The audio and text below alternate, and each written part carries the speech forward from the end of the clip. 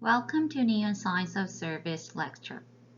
When you read this book, you will see that what Holly teaches is a combination of customer service 101 and emotional intelligence with lots of emotion regulation thrown in.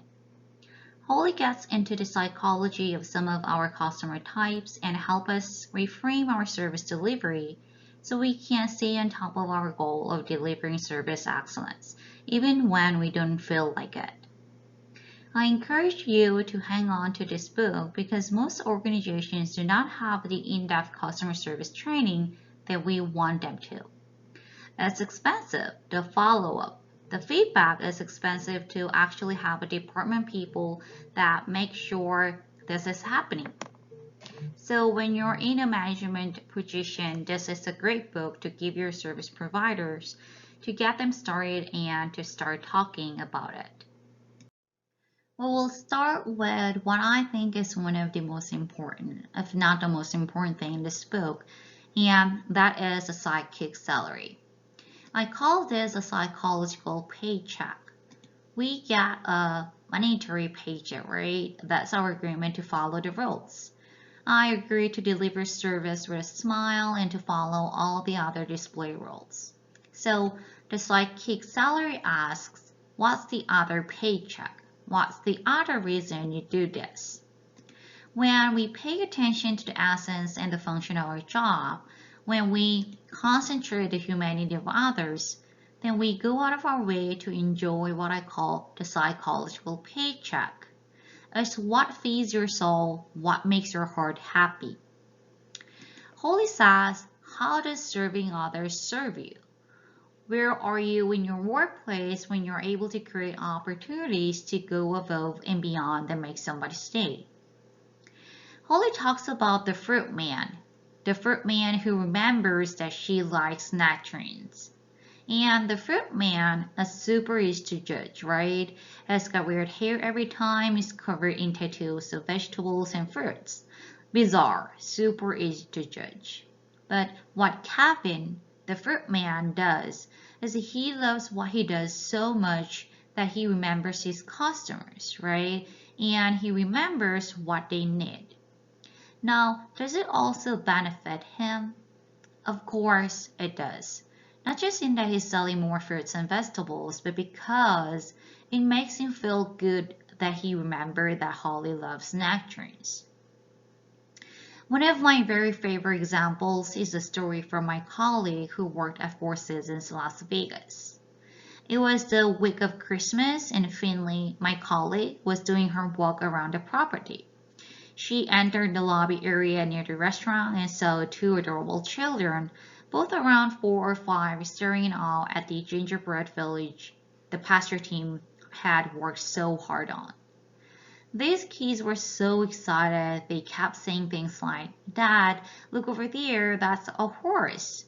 She looked to the left and there was Dad standing in front of the restaurant.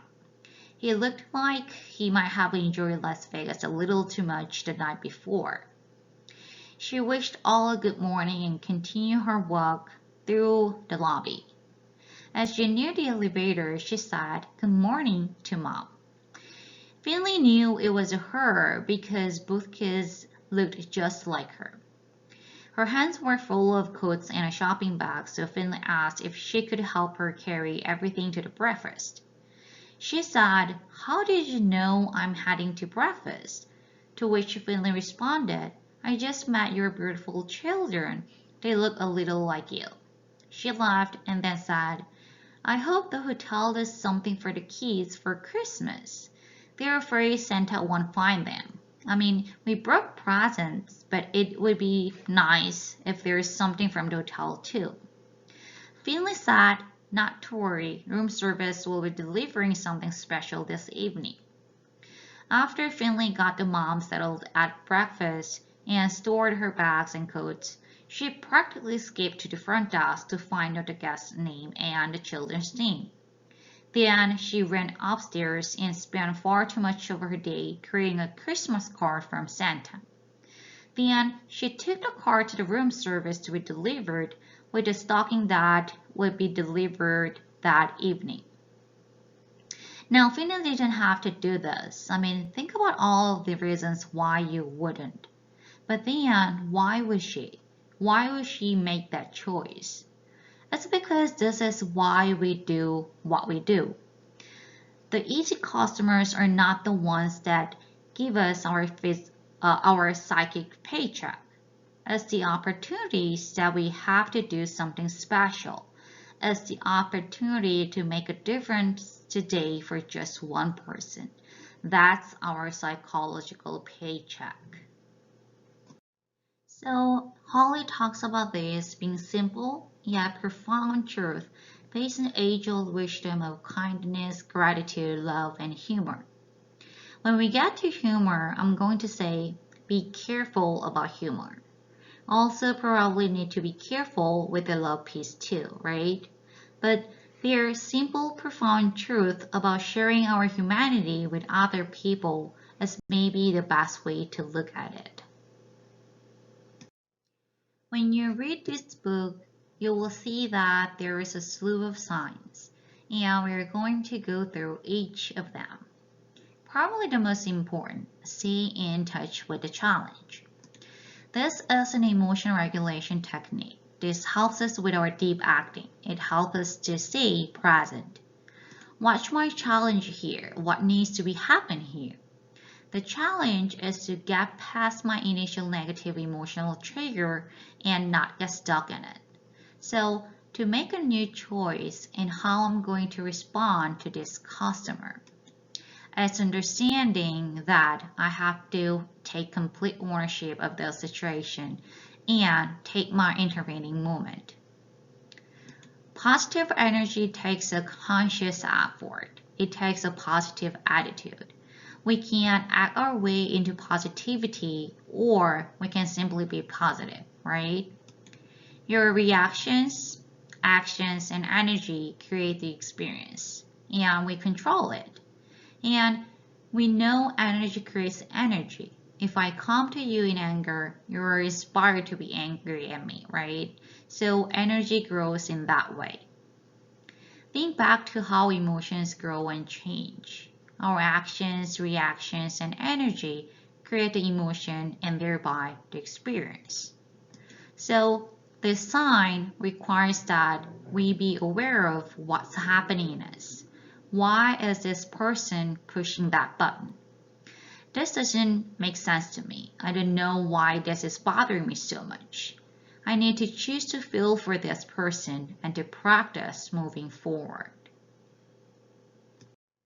Look, choose.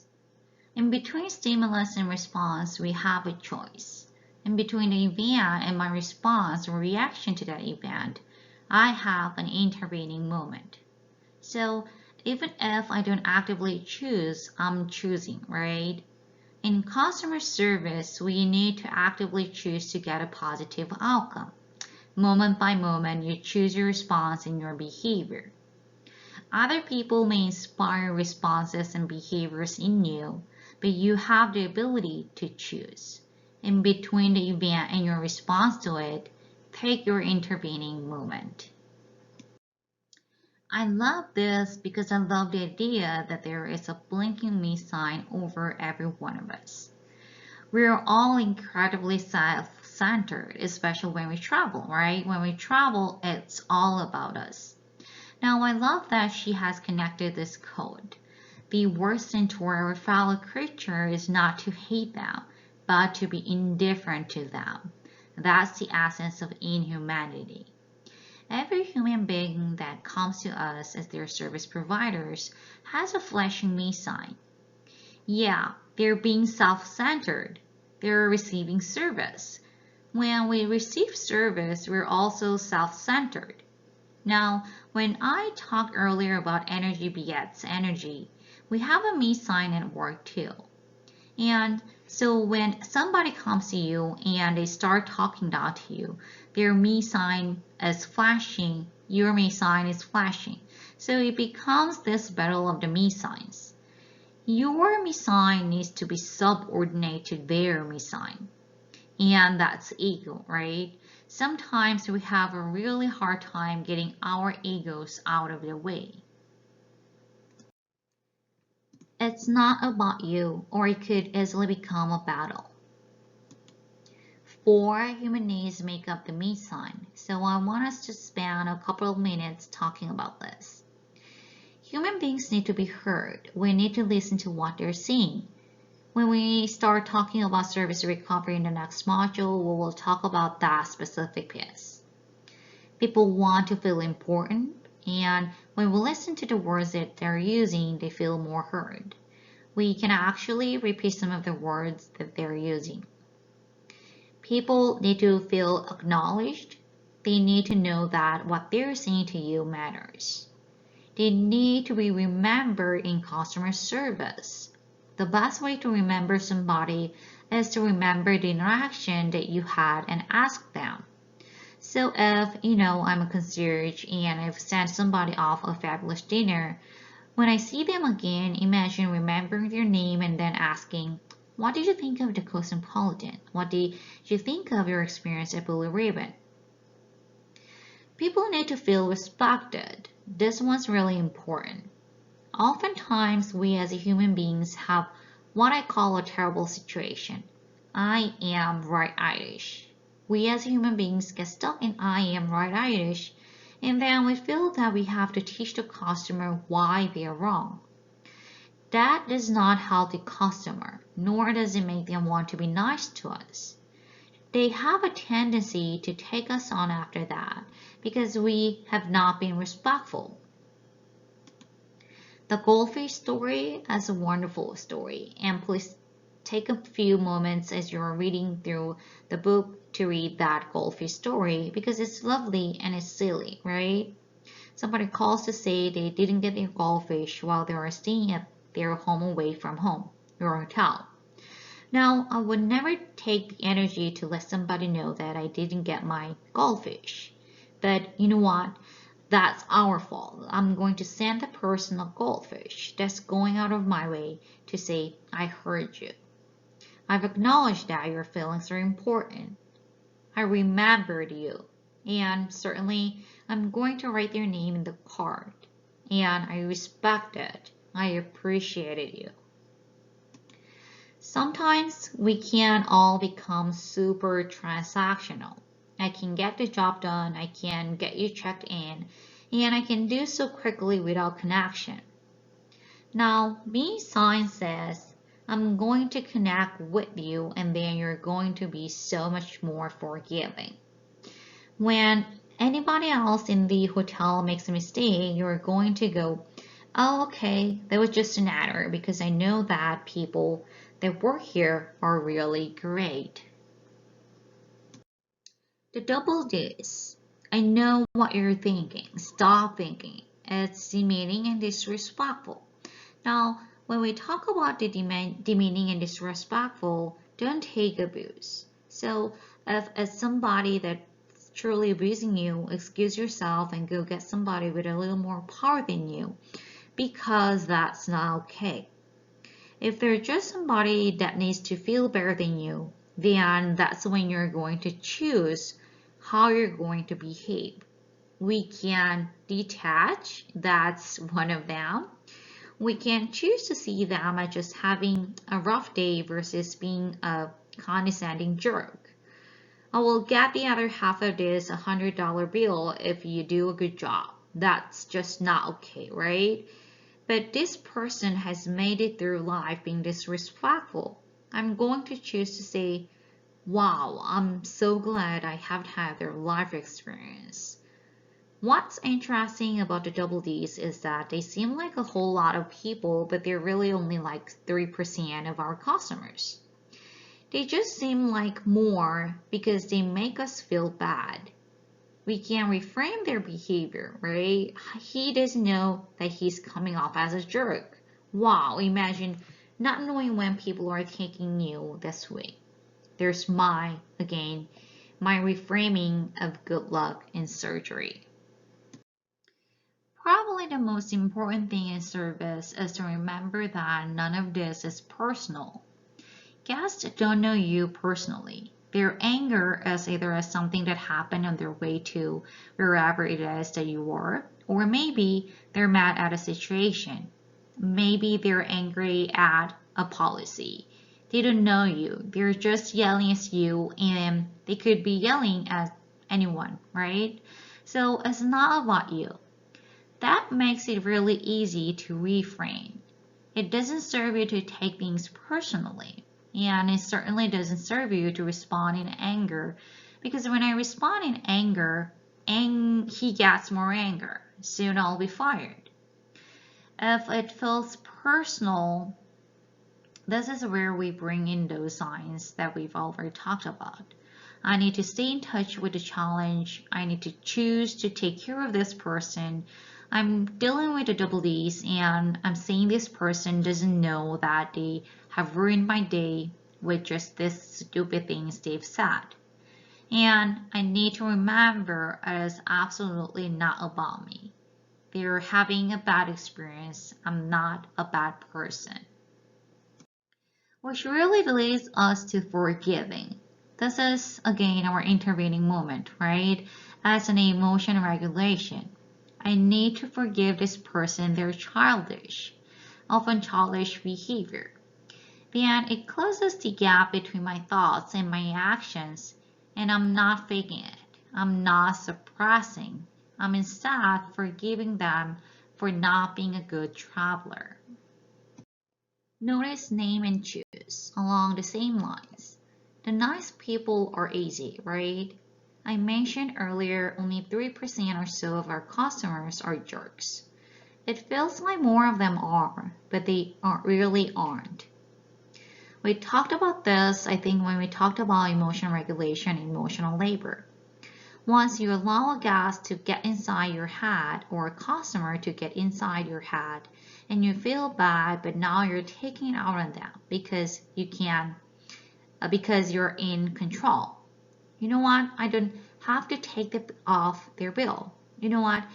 Yeah, everybody's at 10% discount day. Those people are jerks. They're going to pay the full price, right? As soon as you start thinking in those terms, the customer that didn't actually create the situation is ultimately going to be a victim of the customer that created the situation, and that's not okay. So we really have to stop, notice how we're feeling, name the feeling, and choose something new. Sounds like emotion regulation, doesn't it? We can't create service victims because of the 3%. So if I'm having a negative emotional reaction, they need to notice it. I'm going to give a name. Is it frustration? Is it anger, which we learned in emotional intelligence is farther along, and rage is on its way? I know where it came from. It came from this person, and they pushed a button in me. They told me I was stupid, and now I'm angry, right? I'm going to choose the high road. I'm going to choose something different. This is, again, emotional intelligence and emotion regulation. Now, I love how Holly talks about our customers as different characters because it gives us more information around which to regulate to make different choices. We have to be careful when we kind of make fun though, because similar to what we talked about in how we relieve stress and we just recapped idiots that we serve today, we create a space in our head that makes us versus them experience come alive for us. And then we start to treat our customers like they truly are all idiots, and then we can feel it. So please be careful.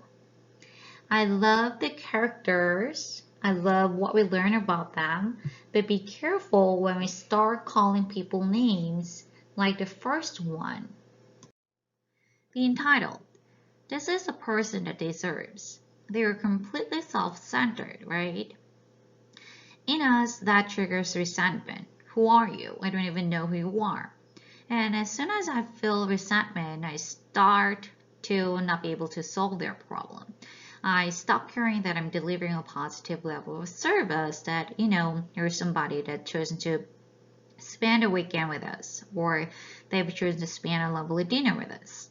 And I'm going to begrudge them their attitude to keep them from having a good experience. Instead, what we need to do is tap into our reframing. Here is somebody that needs to feel important. I can help you feel important. When I worked at a hotel, we had a gentleman who stayed with us. He was a business traveler. He checked into the hotel, I think, every Monday or Tuesday and checked out every Friday night or Saturday morning.